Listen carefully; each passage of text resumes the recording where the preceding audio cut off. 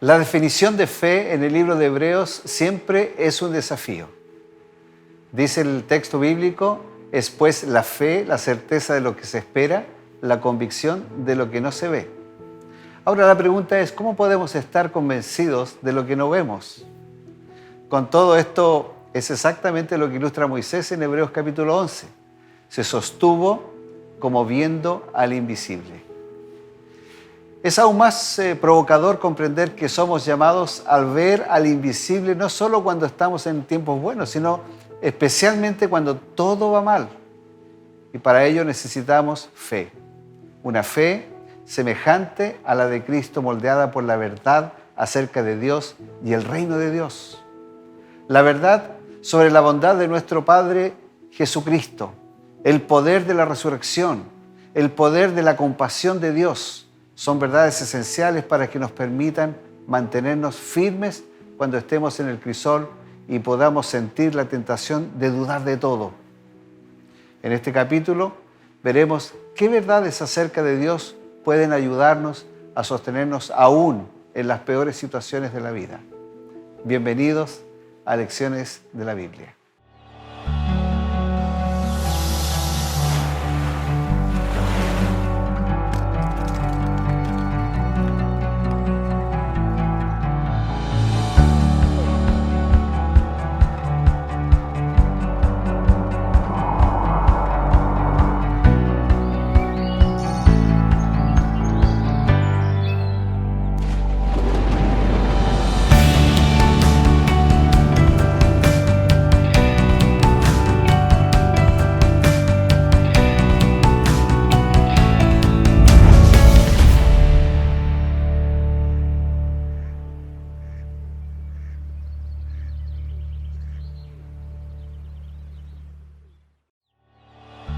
Esta semana, viendo al invisible.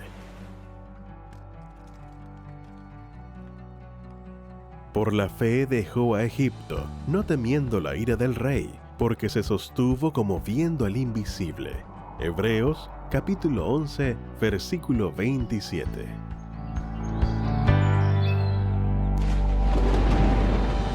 Hola, ¿cómo están, queridos amigos? Bienvenidos a este nuevo episodio, capítulo de Lecciones de la Biblia. Es una alegría, es un placer siempre estar junto a ustedes, compartir las enseñanzas de la Biblia a lo largo de la semana, a lo largo de los meses, especialmente en esta serie de estudios bíblicos donde el tema central tiene que ver con el crisol. Cómo el ser humano, como el cristiano, como cualquier individuo puede enfrentar las dificultades, los problemas de la vida, cómo enfrentar la realidad de un mundo que se está aparentemente cayendo a pedazos y donde aparentemente está sin control. Sin embargo, a lo largo de todas estas lecciones nosotros hemos visto de que sí hay control, sí hay un Dios que está al frente, que está al timón de nuestra vida, al timón de los acontecimientos. Así que bienvenido, querido amigo, querida amiga, estimados auditores, también voy a decir algunos telespectadores, porque este programa no solamente se transmite a través de la televisión, sino su audio también se coloca a través de radio, de toda la red de Radio Nuevo Tiempo Chile y Sudamérica. Por lo tanto, una vez más, siéntanse ustedes bienvenidos. Y junto con ustedes, en esta ocasión nuevamente está el pastor Joel Álvarez. Hola Joel, ¿cómo te va? Bienvenido, gracias por estar con nosotros una vez más. Muchas gracias por la invitación. Bueno, y vamos a compartir esta linda lección de esta semana. Bueno, estas lecciones han sido todo un desafío, ¿cierto? No solamente por el tema que tiene que ver con llevar adelante el estudio de las lecciones, sino porque las lecciones nos tocan profundamente, ¿no es cierto? Claro que sí. Vamos a orar para comenzar, vamos a pedir al Señor que nos acompañe, que nos guíe, porque siempre la presencia del Señor es importante para poder tener claridad en relación con los temas de la Biblia que estudiamos. Oremos. Padre amado, una vez más queremos invocar tu nombre en este momento.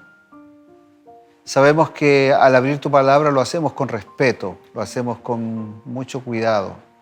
sabiendo y entendiendo de que es tu palabra la que está allí.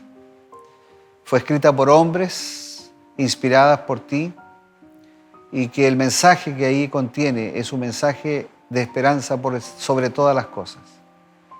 Ahora, al iniciar este capítulo, nuestra primera oración es para que tú, Señor, puedas bendecir no solamente a quienes estamos aquí, sino también a quienes están detrás de la pantalla, detrás de los smartphones, detrás de las redes sociales, detrás de un aparato de radio, para que tú, Señor, cualquiera sea la situación que se esté viviendo, tú, Señor, puedas estar allí bendiciendo también y ayudando para que la mente pueda comprender, ser inspirada para entender también los mensajes que tú tienes preparados para este momento.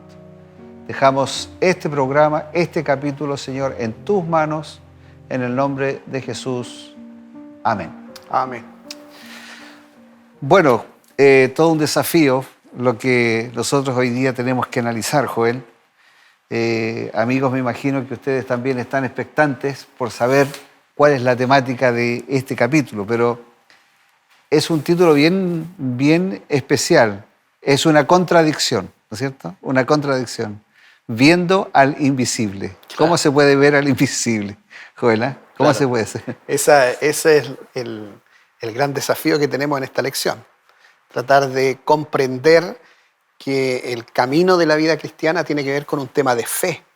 Si Así nosotros no tenemos fe, va a ser imposible poder discernir primero cosas espirituales y ver lo que tiene el Señor para nosotros. Entonces la fe es importantísima en la comprensión de la Escritura y también como viendo al invisible. Y ahí hay varios personajes bíblicos que avanzaron por fe. No tuvieron la aparición de un ángel, no se manifestó un asunto extraordinario, pero ellos entendieron y comprendieron la voz de Dios y avanzaron. Así tenemos la historia, por ejemplo, de Abraham, que tuvo la oportunidad de escuchar la voz de Dios, de observar lo que Dios podía hacer de él más adelante, y caminó con fe, y la Escritura lo menciona, y Pablo lo dice ahí en el capítulo 11 de Hebreos, que fue uno de los hombres que avanzó con fe, como viendo en este caso al invisible. Sin duda, porque cuando nosotros partimos de la vida cristiana, naturalmente nosotros tenemos que pensar de que no es tan sencillo mirar con los ojos de la fe. Nosotros tenemos Claro. toda una galería ahí en Hebreos capítulo 11 de hombres que surgieron, que crecieron, que se desarrollaron en su vida cristiana, Claro. solamente viendo por fe las cosas que estaban por ocurrir, ¿no es cierto? Claro. Tal vez en este momento la pregunta, Joel, sería, nosotros hoy en día tenemos diferentes situaciones, vivimos de diferentes maneras la vida y cada uno tiene su propio crisol, por decirlo de una manera. Pero es difícil aceptar de que una persona puede estar siendo conducida o guiada por Dios cuando está pasando dificultades. ¿Cómo puede hacer una persona para desarrollar una concepción de confianza en Dios a pesar de las dificultades que se presentan en la vida, especialmente cuando no se ve aparentemente los resultados? Porque lo que uno espera, que si uno es cristiano, lo primero que ocurra es que Dios intervenga claramente en los asuntos de la vida. Pero a veces uno ora, las personas oran, claman, piden, y parece que el Señor no tiene respuesta.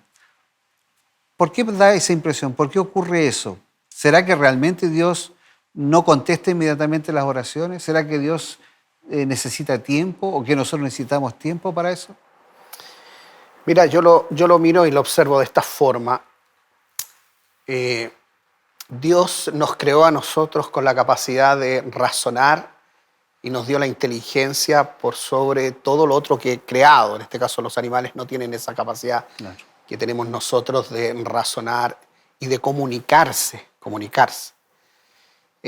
Y esos son atributos netamente de nuestro Padre Celestial. Entonces, Él nos creó a su semejanza. Entonces, Él espera que nosotros podamos entrar en una plática con Él y poder reclamar las bendiciones que Él tiene expuestas en las Escrituras.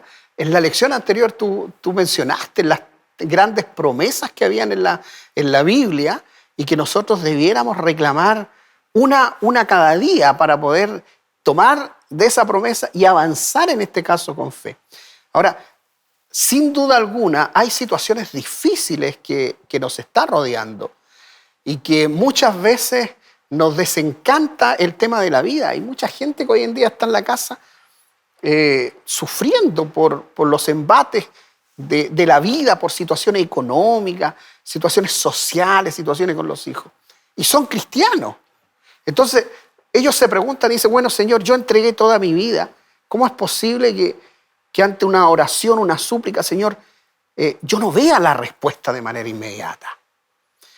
Pero fíjate que si nosotros miramos la experiencia de los escritores bíblicos, nosotros en algunas ocasiones no vamos a observar una respuesta de manera categórica y al instante. Vamos a observar la respuesta a través del tiempo. A través del tiempo. Por ejemplo, José. José fue tomado prisionero, fue llevado como esclavo. Él no sabía, era un hijo del Señor, no sabía qué es lo que iba a venir por delante. Estuvo preso, fue perseguido por una mujer. Pero después las cosas comenzaron a arreglarse. Pero él no se desesperó y avanzó con fe porque sabía que tenía a alguien mucho más poderoso que era capaz de dirigir su vida para llegar a ser un lindo testimonio del cual nosotros conocemos. Mira, Joel, tal vez, el tema también pasa porque entender el concepto fe. Porque en un contexto general, la gente dice, yo te tengo fe, pero lo que le está diciendo es que cree, ¿no es cierto? Que tiene confianza. Claro. Pero ¿qué significa la fe bíblica? Porque el texto de Hebreos capítulo 10 dice, el justo por la fe vivirá. Claro. Es una expresión que marcó a Martín Lutero fuertemente, ¿no es cierto?, con respecto a la salvación por la gracia de Dios. Pero, ¿qué significa, entendiéndolo en un concepto más bíblico, el concepto de tener fe? ¿Qué es la fe? La lección dice, como viendo al invisible. O sea, la fe nos da a nosotros la capacidad para observar más allá de lo que estamos viendo con nuestros propios ojos físicos, mirar hacia lo que el Señor tiene preparado para cada uno de nosotros. Ahora, a veces se cae en el tema de la presunción, que es muy diferente al tema de la fe. Cuando nosotros porfiadamente avanzamos creyendo que esto se va a solucionar y presumimos tener fe con todos los errores, etcétera, que puedan existir, es muy diferente a aquel que avanza confiando primero de que Dios es el que va a guiar la vida de este cristiano. Hay una armonía muy grande entre la fe del cristiano verdadero, del cristiano que confía en Dios plenamente, porque esa fe también se refleja en el estudio de la palabra, en el cual la Escritura le permite ver más allá de lo que están viendo sus ojos, de adelantarse a las lindas promesas que el Señor tiene con cada uno. Oye, hay mucha gente que vive en una desesperación y dice, no, yo tengo fe en mí mismo, yo voy a solucionar mis propias cosas, pero yo tengo fe en eso. ¿Fe en quién? ¿Fe en Dios o en fe en mis propias capacidades? Yo creo que el mecánico que arregla y que conoce de mecánica y que arregla los vehículos, él tiene la capacidad porque estudió la mecánica. Pero aquel que dice, no, yo puedo arreglar mi vehículo y me voy a meter en el motor, no, tengo fe que eso va a salir. No, eso no es fe, eso es presunción. Es creer saber algo del cual no tenemos ni siquiera la base. O sea, hay una diferencia notable en creer las cosas. Y es una línea muy fina, ¿no? Sí. Entre la fe y la presunción. Claro. Porque, por ejemplo, el caso de Cristo, cuando Satanás lo tienta que se lance del pináculo del templo. Claro. Podría haber sido fe o presunción. Claro. Jesús no siguió el juego de Satanás. Podría haber sido presunción si Jesús se lanzara, aunque a veces podría uno confundir la fe, ¿no es cierto?, de que viene de Dios, que ciertas cosas vienen de Dios, cuando no siempre es así. Pero mira, quiero llevarte a un texto bíblico que es Romanos, capítulo 8, porque el versículo 31 tiene una declaración muy interesante ahí que me gustaría analizarla brevemente. ¿Qué pues diremos a esto? Si Dios es por nosotros, ¿quién contra nosotros? ¿Qué pasa cuando alguien está pasando un problema y tiene que mirar al invisible y lee este versículo? Bueno, es un tema de, primero que tiene que lograr comprender que Dios tiene el control de la vida, tiene el control del cristiano. Fíjate que hay una parte ahí de lo mismo que dice Romanos 8:31, que dice, esta dádiva, este regalo de Dios, la más grande de todas, es la más convincente de todas las pruebas de que Dios está por nosotros y que Él puede controlar nuestra vida, puede ayudarnos a avanzar en un mundo en el cual necesitamos ejercer fe para poder llegar a encontrarnos con nuestro Señor Jesucristo. Ahora, esta situación la observamos en los cristianos, como mencionamos en las lecciones anteriores, los primeros cristianos, que creían en la aparición de Cristo en su vida, que ellos iban a ver la segunda venida de Cristo en su existencia, con sus hijos y todo. Si el Señor le hubiese dicho a ellos, mira, sabe, van a pasar 2000 años y yo no voy a venir todavía, ¿qué hubiese pasado con esto? Yo creo que muchos de ellos habrían a lo mejor dudado y a lo mejor habían decaído. Pero a lo mejor otros sí se hubiesen reafirmado bien y decir, bueno, es el momento entonces de salvar a la mayor cantidad de gente. Claro, ahora, si leemos Romanos 8, hay un principio que presenta Pablo. Dice, sabemos, Romanos 8:28, si usted está en su casa y tiene la Biblia en la mano, puede acompañarnos. Dice, sabemos además que a los que aman a Dios, todas las cosas los ayudan a bien. Esto es a los que conforme a su propósito son llamados. La pregunta es, ¿todas las cosas que le pasan a las personas son para bien? Todas las cosas, bueno, dice los que aman, ¿no? Ese será la condicionante, amar a Dios, porque muchas personas aman a Dios y claro, no les va bien. Fíjate que hay otra versión que menciona de esta manera para comprenderlo un poquito más. Dice, también sabemos que Dios dispone todas las cosas para bien de los que le aman. O sea, aquí hay un elemento importante. El Señor pone todo a los pies del ser humano para que éste no tenga tropiezo y éste no caiga. Pero somos nosotros los que vamos a elegir. Por ejemplo, la historia que se cuenta de los dos caminos. O sea, el Señor pone ahí los dos caminos. Y la Escritura lo menciona y dice, ¿quieres vivir? Elige la vida, porque el camino de la vida, aunque puede ser pedregoso, con situaciones difíciles en el trayecto, pero esto te va a llevar a la vida eterna. En cambio, el otro camino te va a llevar al tema de la perdición. O sea, aquí hay un asunto importante. Dios siempre se encarga de decirnos y advertirnos que la vida del cristiano va a ser y vamos a tener gozo, alegría, y la lección más adelante habla de la alabanza, de la gloria de Dios manifestada en el ser humano, en la vida del hombre. Pero el Señor te dice también, fíjate que en el caminar te puedes caer, puedes tener tropiezo, te puedes lastimar, pero la promesa, hay otra promesa más de las que tú mencionaste, yo me acuerdo mucho de las que mencionaste anterior. Hay promesas que te van a ayudar a sostenerte y a levantarte y que esas heridas puedas sufrirlas, pero no sufrirlas de una manera desesperada, sino que puedan ser aliviadas con el aceite del Espíritu Santo. Una pregunta más sobre este mismo versículo. Mira, acá dice, sabemos que además que a los que aman a Dios todas las cosas los ayudan a bien. Esto es, a los que conforme a su propósito son llamados. Una vez yo escuché a un pastor decir, un teólogo en realidad, a mí me impresionó mucho porque me golpeó un poquito su declaración.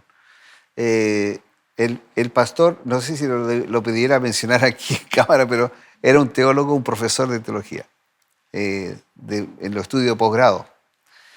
Y él decía que generalmente nosotros confundimos cuando leemos este texto o textos parecidos a este, como otros que están en la Biblia, por ejemplo, que el ángel de Jehová acampa alrededor de los que le temen y los defiende, ¿no es cierto?, el Salmo, señalando de que en realidad toda la protección de Dios está enfocada principalmente en los actos de fe y los actos espirituales, como dando a entender de que si a mí me duele una uña, o si me duele la cabeza, o si tengo un problema financiero, tal vez no es tan importante para Dios como que yo tenga una buena relación con Él. O sea, vale decir, si las cosas tienen un propósito espiritual, el Señor va a intervenir y va a estar allí detrás de eso. ¿Será tan así? ¿Se podría interpretar de que al Señor solamente le interesa velar por las cosas cuando tienen que ver con el propósito espiritual? Como dice aquí, a los que conforme a su propósito son llamados. Es decir, es como que diera a entender de que siempre las cosas que a Dios le interesan tienen que ver las que están en relación con su propósito. O con el tema espiritual solamente. Claro, o con lo que tiene que ver con la vida cristiana. Claro, mira. ¿Qué pasa con las otras cosas? Una persona que está, no sé, con un problema financiero o otra cosa. Cualquier cosa. Claro. Mira, cuando la primera pareja cayeron, el Señor bien podría haberles dicho, mire, ¿saben qué? Van a salir de acá del huerto y van a tener que enfrentar un mundo completamente adverso, pero como ustedes eligieron eso, tienen que arreglárselas solos. Y eso significa que vean la manera de cómo subsistir, porque ustedes eligieron esta vida. Podría haber mencionado eso. Pero ¿qué es lo que hizo el Señor?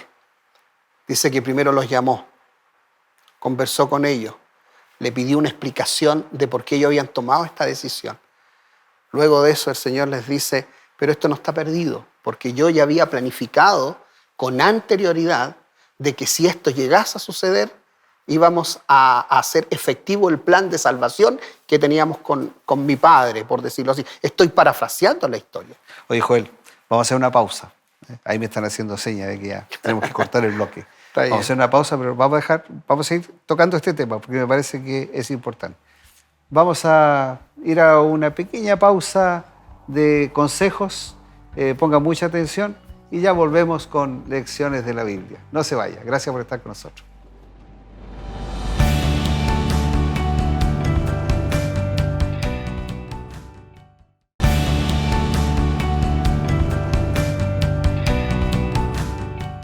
Muchas gracias por permanecer junto a nosotros aquí en Lecciones de la Biblia. Estamos analizando el día de hoy un capítulo interesante, importante, que tiene que ver con la forma como nosotros enfrentamos los crisoles de la vida, las dificultades de la vida, especialmente el tema de la fe. ¿Cómo uno hace para confiar que Dios, a pesar de que no lo vemos, a pesar de que puede ser que estemos viviendo dificultades, y esperemos de que Dios estuviera atendiendo muchas cosas de nuestra vida, nos da la impresión de que no lo está haciendo? ¿Cómo enfrentarlo y cómo realmente creer que Dios sí está detrás de cada cosa de nuestra vida? Yo quiero agradecer a ustedes porque siempre que ustedes ven estos programas, reaccionan. Yo tengo aquí algunas reacciones de algunos de ustedes. Quiero referirme a ellas, aprovechar de saludarlos para que vean que también nosotros estamos leyendo los mensajes y los saludos que ustedes nos envían. Yo quiero saludar aquí a Rosa Cabrera. Ella nos escribe, Rosa, dice: nuestro Señor los bendiga, gracias por las explicaciones bien claras. Y aquí tiene un pedido de oración. Rosa está pidiendo por sus nietos e hijos. Así que aquí hay un pedido importante. Nosotros, naturalmente, siempre consideramos todas las oraciones en nuestros cultos personales, en los cultos institucionales. Estamos considerando también las oraciones. En las redes sociales nos llegan muchas oraciones, Joel, y los atendemos también a través de el grupo de oración. Qué bien. Dice, me pone muy triste porque me parece que no está leyendo mi mensaje, pero lo estamos leyendo ahora aquí, así que no te pongas triste, Rosa. Nosotros siempre estamos atentos y vamos a estar orando por ti. Y también escribe aquí Jan Ackerman, donde dice que agradece por el estudio de la escuela sabática, el formato, y también tiene varios pedidos aquí dice que tiene una clínica de salud mental, está aquí escribiéndonos desde Suecia, Wow. desde Europa, muy bien, estamos llegando allá, tiene un centro de vida saludable y bueno, él está pidiendo también que se ore por esos proyectos que están allá en aquellos lugares lejanos. Pues bien, vamos a dejar por ahora los saludos y vamos a continuar con nuestro estudio. Gracias, sigan escribiéndonos, por favor. Vamos a seguir tomando en cuenta las necesidades que ustedes nos presentan y gracias porque están allí cada día detrás de la palabra.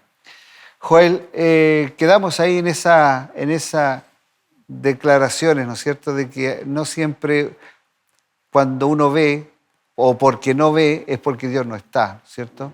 Y que por lo que tú estabas mencionando, Dios siempre toma el cuidado de atender cada detalle de la vida, ¿no es cierto?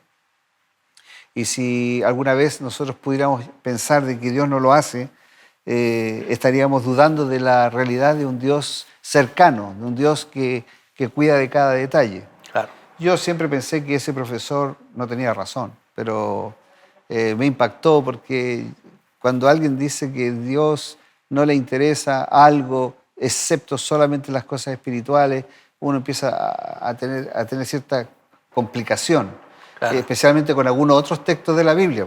Claro. Por ejemplo, textos como dice de que el Señor sabe cuántos cabellos tenemos en la cabeza, Claro. de que no hay un pajarito que no conozca él la necesidad que tiene. Son todos elementos que hacen a Dios humano, porque si bien es cierto, Dios tiene toda su gloria y nosotros adoramos y tenemos el concepto de la divinidad, pero por otro lado entendemos que también Dios se encarnó en la persona de Jesucristo y encarnado vivió las experiencias humanas y entiende cada situación que nosotros Cada vivimos. detalle, claro que ¿Cierto? sí. Ahora, la lección también presentaba allí en Juan capítulo 4, primera de Juan 4:8, y hace una declaración, una afirmación categórica, que nadie puede dudar. Y si alguien está pasando una dificultad, tal vez esta es la declaración más importante de primera de Juan 4:8, donde dice de que Dios es amor. ¿Qué significa que Dios sea amor? ¿Por qué tan simple pero que tiene esta connotación? ¿Cómo lo planteamos el amor de Dios frente a la dificultad? Yendo nuevamente a la Biblia y en la historia bíblica nosotros encontramos manifestación de Dios de un amor casi incomprensible para el ser humano. Solamente la muerte de nuestro Señor Jesucristo, morir por nosotros, venir a este mundo estando 3 años y medio aquí viviendo entre medio de nosotros, o sea, su ministerio, 3 años y medio en su ministerio, pero naciendo de una mujer, viviendo la vida de niño, observando cómo se desarrollaba la vida social en su entorno, viendo cómo su madre se levantaba muy temprano en la mañana con la masa del pan para llevarlo ahí a un lugar específico donde todas las mujeres de Nazaret iban y ponían el pan, esperaban su turno para luego llevar eso en la mañana, el pan, observar a los pescadores que iban a tomar sus barcos para pescar y traer el alimento y la venta, observar a los que trabajaban la tierra, observar los problemas sociales. O sea, tenemos un Dios que fue capaz de estar con nosotros, de vivir lo que la humanidad ha vivido y poder decir, mira, yo comprendo lo que tú estás pasando. Si Cristo cuando observó y vio el tema de la muerte de Lázaro, Él lo amaba entrañablemente, dice la Escritura, pero no lloraba porque se había muerto, sino que lloraba por todos aquellos que íbamos a llorar porque íbamos a perder en algún momento a un ser querido de nosotros. Entonces, ese amor manifestado en Jesús, en cómo Jesús se comportó y se desarrolló en la vida del ser humano, es casi incomprensible. Dios mismo. Fíjate que los griegos, los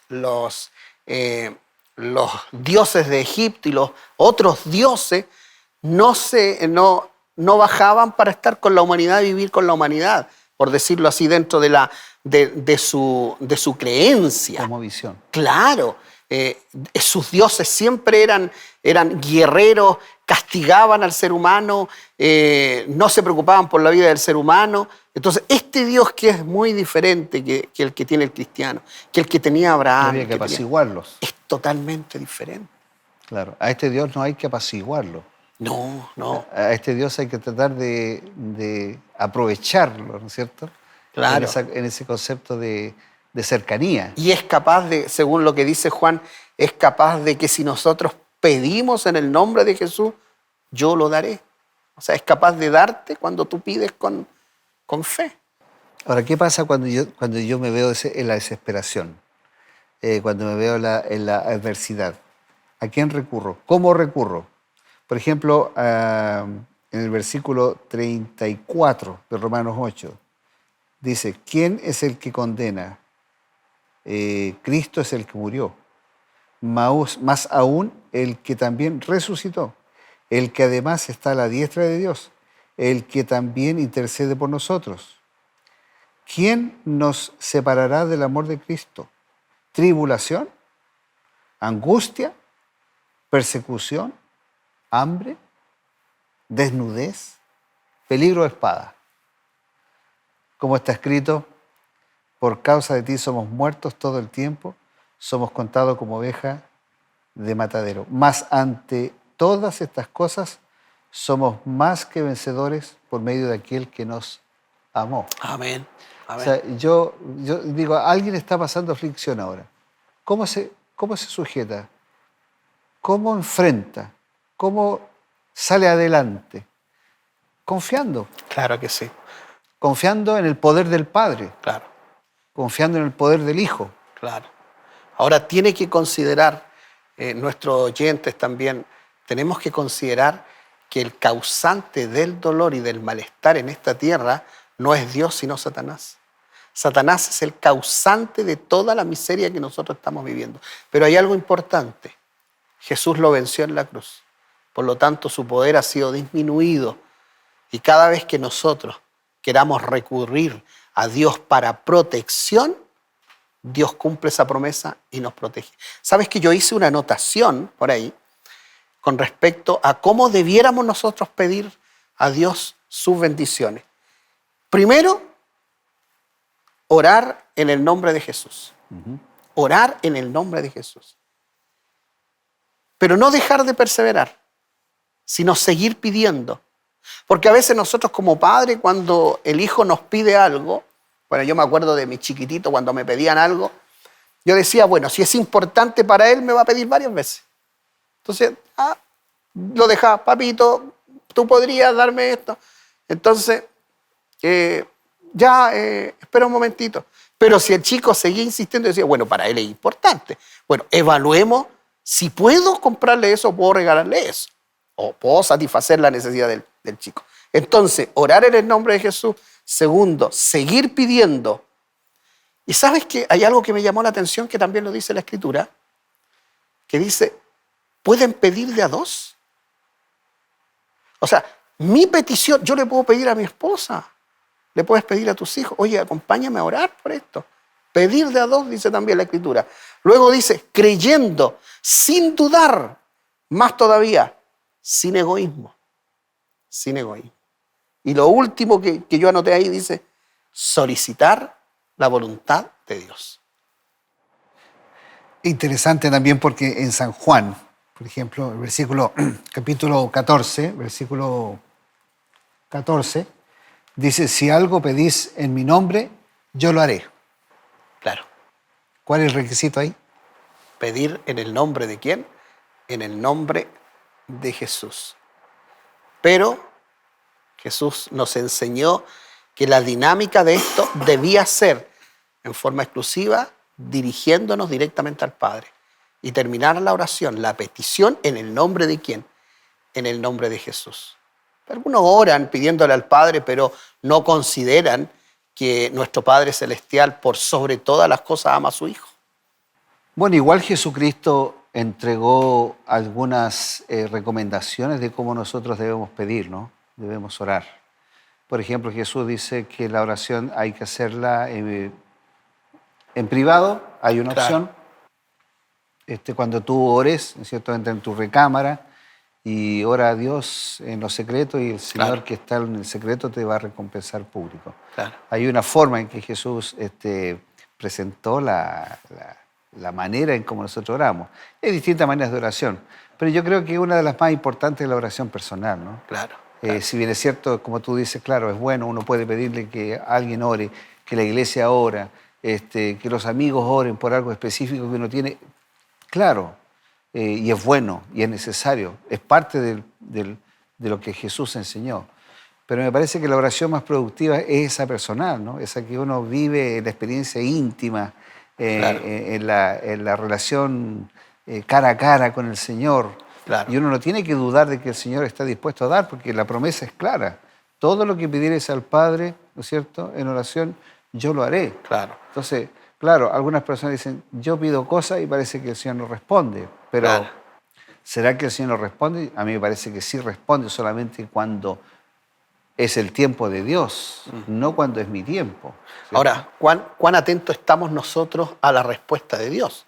Porque puede que yo tenga mi concepción de cómo va a ser la respuesta. Señor, oré por ti de manera específica por esto, por lo tanto yo esperaría que eso fuese el resultado de mi oración, la respuesta tuya. Pero no estamos observando que el Señor me respondió, pero me respondió de otra forma y me entregó otro elemento. Ahora, tú mencionaste algo interesante ahí, que tiene que ver con la oración personal y la oración de la recámara, por decirlo así, de cerrar la puerta, pues se cierra tu puerta y en privado, porque en privado el Señor te va a escuchar. Ahora, esa oración, yo siempre digo, cuando conversamos este tema, siempre digo, la oración debe ser personal, pero ¿qué significa? Significa que al cerrar o estar tú solo para conversar con el Señor, no balbucees, no muevas los labios. A mí me enseñaron eso. Si mueves los labios, hay alguien que te está observando y que sabe cuál es tu problema o cuál es tu confesión. Y en base a eso puede a lo mejor tratar de hacerte caer más adelante. Entonces, ora en silencio, sin mover tus labios, de manera mental nomás, para comunicarte con el Señor. Y esa oración no se corta porque es una oración privada entre el ser humano, entre el individuo y nuestro Padre Celestial. Bueno, hay mucho más que decir sobre la oración, Claro. pero no tenemos tanto tiempo para hablar de la oración, aunque es importante. Vamos a hacer una pausa, no se vaya, ya estamos aquí en Lecciones de la Biblia. Vamos a ir al último bloque, donde vamos a analizar un tema que tiene que ver con la resurrección. Es una esperanza, es una promesa que está claramente en la Biblia y que ya va a ver. Si algunas cosas no le cuadran todavía aquí en esta tierra, no se olvide que hay esperanza incluso más allá de la muerte.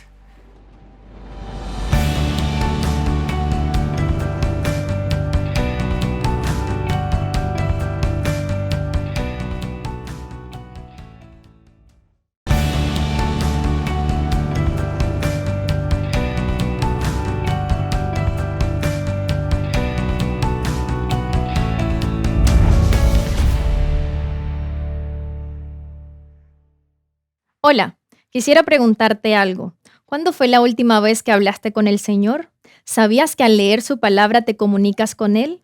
Cada día el Señor te está llamando para entablar una conversación íntima y cercana con Él. En las Sagradas Escrituras ha dejado indicaciones precisas para que sepas la manera correcta de llegar a Él. Descubre más solicitando la guía de estudio La Biblia Habla.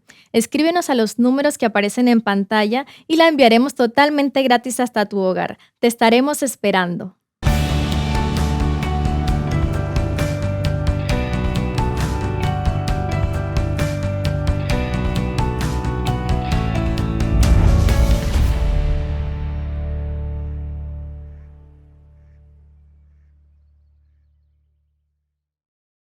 Quiero mostrarles todavía algunos saludos que nos han llegado, aprovechar también de agradecer a cada uno de ustedes que mira este programa, Lecciones de la Biblia. Tengo algunos saludos y algunos pedidos de oración que queremos considerarlo en este momento. Tenemos desde México, nos escribe Salvador Aquino.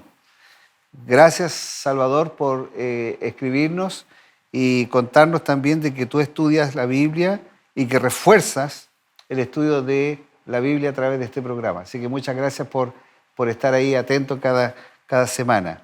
Tenemos otra amiga de Villa Alemana, en Chile, que nos dice que Dios siga bendiciendo, ya que cada semana se entrega de forma muy clara las maravillosas lecciones de nuestra escuela sabática. También tenemos acá de Quito, Ecuador, me parece que la ciudad es Chillos. Mariana Castillo también nos está enviando saludos y bendiciones desde Ecuador. Y también tengo aquí a Germán Valdivieso, también de México, desde la ciudad de Oaxaca, México. Es una ciudad muy turística, Oaxaca, sí, en México. Iglesia de las Flores, Distrito de las Flores.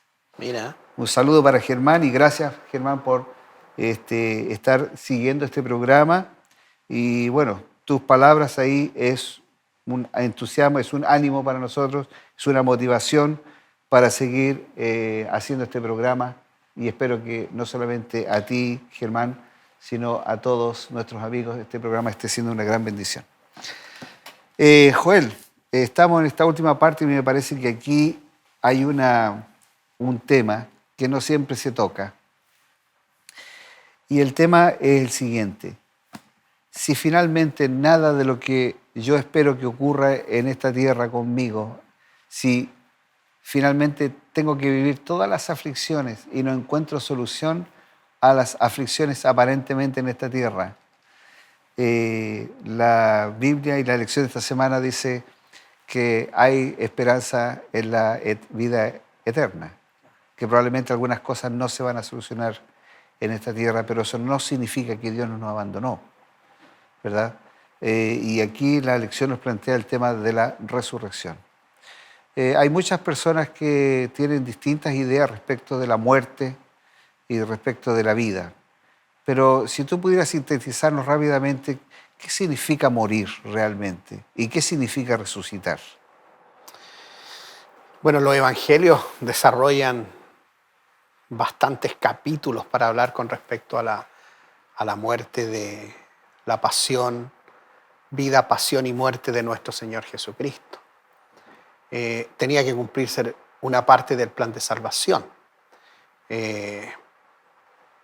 Y eso permitió que al morir nuestro Señor Jesucristo y al resucitar, nos permitió a nosotros los cristianos que esa esperanza fuese parte nuestra, que la tomáramos con seguridad, porque Él fue capaz de vencer en la cruz, de vencer la muerte, y nos permite mirar hacia el futuro para decir que este mundo tan lleno de problemas, tan lleno de pecado, tan lleno de enfermedades, se va a terminar.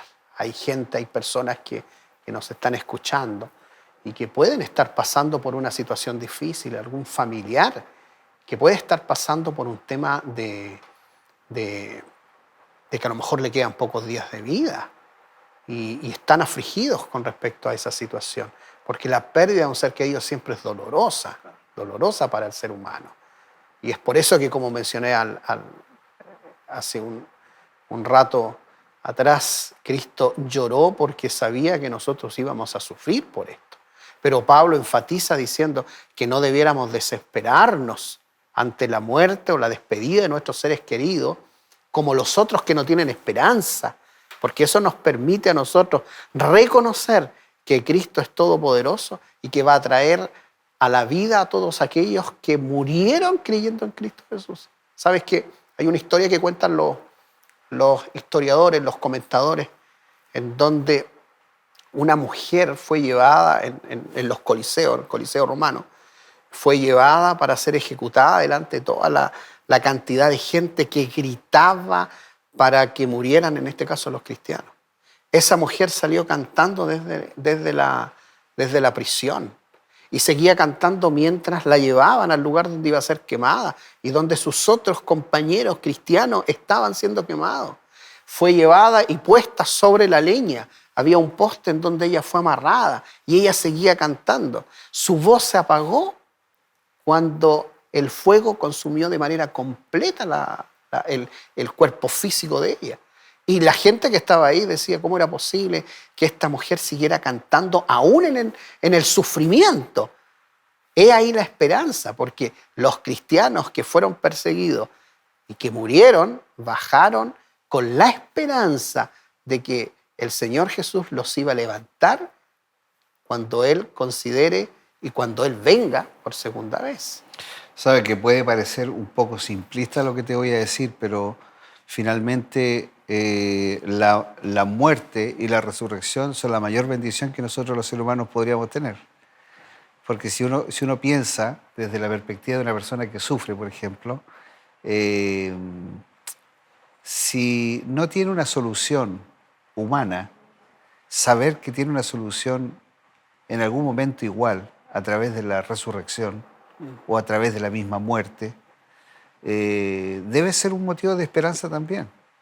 Yo pienso que una de las mayores bendiciones es que cuando llega el momento de la muerte, el momento del descanso, uno puede decir, yo nunca dejé de confiar en Dios, ¿no? Claro. Yo nunca dejé de tener la certeza de que Dios conducía mi vida. Claro. Y la esperanza de que las cosas van a ser mejor en el futuro, aún después de la muerte, está en el hecho de que Jesús resucitó. Claro. Jesús que pasó todas las penurias, ¿no es cierto?, del peor de los seres humanos, ¿no? Claro. Finalmente, a pesar de la muerte, Él se levantó y esa es nuestra garantía. Y Pablo dice claramente, si Jesús no hubiera resucitado, ahí en Corintios, Sí. es vana nuestra predicación, nuestra vida es vana, Claro. nada tiene sentido en esta tierra, pero lo que hace la diferencia es que Jesús resucitó. Claro. Sabes Y- que cuando Jesús reunió a los discípulos en el aposento alto, Él les tenía que comunicar en la última cena que tuvo con ellos. El Señor tenía que comunicarle algo que ellos no iban a ser capaces de comprender. Y una de esas cosas era el tema de la muerte de Jesús, pero también la resurrección. Y cuando Cristo comenzó a hablarles y a hacerles entender un poquitito de que Él iba a padecer e iba a morir, los discípulos no entendieron, incluso dijeron, pero podemos tomar las armas, podemos rebelar, podemos defenderte, etc. Y cuando fue Jesús ahí al huerto de Getsemaní, y esperó para que los soldados lo tomaran preso y lo llevaran y comenzara el tema de la pasión, los discípulos todavía no comprendían que su maestro iba a morir. Por lo tanto, cuando Cristo murió y cuando Pedro lo negó ahí recién entendió las palabras de Jesús, de que Él iba a resucitar, y ahí logró hacer las conexiones que Cristo le había enseñado por tanto tiempo. Después, cuando Cristo se apareció con los discípulos y les dijo, pero tóquenme, miren si soy yo. Ahí recién ellos dijeron, esto entonces es verdad, este es el Mesías que nosotros esperábamos. Y cuando después Cristo ascendió al cielo, cuando lo vieron ascender al cielo, ya no había absolutamente nada de duda en los discípulos de que Jesús había venido como Mesías a morir para que al resucitar nosotros tuviésemos esperanza. Joel, mira, no puedo dejar de, antes de que tú te dirijas a nuestros amigos con algunas palabras finales, el versículo 14 de Apocalipsis 22, cuando termina la Biblia, el Génesis empieza con el pecado, con toda la aflicción, con toda la maldad, la tristeza, la desesperanza, pero al final el libro de Apocalipsis termina con bendiciones. Y una de las bendiciones es la que está en 22:14.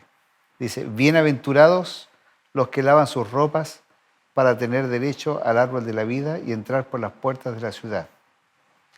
Y luego en el versículo 20 dice, el que da testimonio de estas cosas dice, ciertamente vengo en breve. Amén. Ven, Señor Jesús. Para decir, la esperanza de la Biblia radica finalmente en el hecho de que las promesas que Dios hace, todas las va a cumplir. Claro que sí. Joel, tu cámara es esa para que tú cierres con palabras finales. Lo que acabas de mencionar sobre Apocalipsis en el contexto en el cual fue escrito el libro de Apocalipsis, fue una situación difícil del apóstol San Juan. Todos sus compañeros habían muerto de diferentes situaciones. Él era uno de los únicos que quedaba. Estaba preso por predicar el Evangelio. Él mismo da testimonio sobre eso. Más todavía, estaba cansado, agotado. La vida que había llevado, esa vida ligada a Cristo, había sido con sacrificio. Y estando preso ahí en la isla de Patmos, con toda la cantidad de malhechores, el Señor envía la visión para dar a entender a los cristianos que de todas las situaciones difíciles hay esperanza. Juan escribió eso donde observó que el Señor le mencionaba esta situación difícil, los problemas de persecución, los problemas de desaveniencia entre los matrimonios, los problemas, situaciones difíciles y sociales que podamos ver, la enfermedad, las catástrofes, todas esas situaciones que estamos viendo y que la humanidad conoce desde el momento de la caída. El Señor sella el libro y cierra la palabra diciendo todo esto va a acabar y todo esto va a terminar. Por lo tanto, Juan, en esa situación que estaba viviendo, él puede mirar hacia el cielo y ver la linda promesa, como lo vio también Moisés, cuando él fue llevado al monte antes de bajar al descanso, y observar que la promesa de una tierra nueva se va a cumplir porque Dios no es mentiroso. En la aflicción, en el problema que tú puedas estar pasando, tienes que tomarte de esas lindas promesas que el Señor ha entregado. Dejar de mirar los dolores y de mirarnos a nosotros mismos lo que estamos sufriendo y preocuparnos por ayudar y salvar a las otras personas que viven también en la aflicción. Y yo quiero orar ahora en este momento para cerrar, para permitir que el Señor pueda tocar nuestros corazones ahí donde tú estás y pueda darnos la esperanza, esa linda esperanza de predicar el Evangelio y de observar a Cristo venir en las nubes del cielo para que todo este mundo termine el pecado y podamos vivir eternamente con Jesús. Amén. Te invito a cerrar nuestros ojitos y poder orar. Mi amoroso Padre, cuán maravilloso eres tú, porque nos permites observar en la Escritura cosas maravillosas, porque aunque nos indicas que este mundo nos va a traer problemas, dificultad y enfermedad, tú por sobre todo eso entregas esperanza. Nos dan la oportunidad de mirar más allá del dolor que estamos experimentando y mirar de que en algún momento todo esto terminará. Señor, si hay alguien que en esta situación, en la reflexión de la palabra, está sufriendo, permite, Señor, que llegue paz a su corazón. Dale aliento a su alma y que seamos vivos testimonios de que lo que estamos mirando y escudriñando en las Escrituras también lo podemos vivir como un testimonio lindo de que conocemos a Jesús, el autor de tu palabra. Bendícenos, en el nombre precioso de Jesús oramos. Amén. Amén. Muchas gracias, Joel. Queridos amigos, gracias a ustedes por el tiempo, por la presencia, por los mensajes. Sigan escribiendo y bueno, les deseamos lo mejor de la vida, lo mejor que el Señor pueda darles. Si estás pasando aflicción, el Señor te acompañe y te bendiga. Gracias por estar con nosotros en esta ocasión y será hasta un próximo capítulo de Lecciones de la Biblia.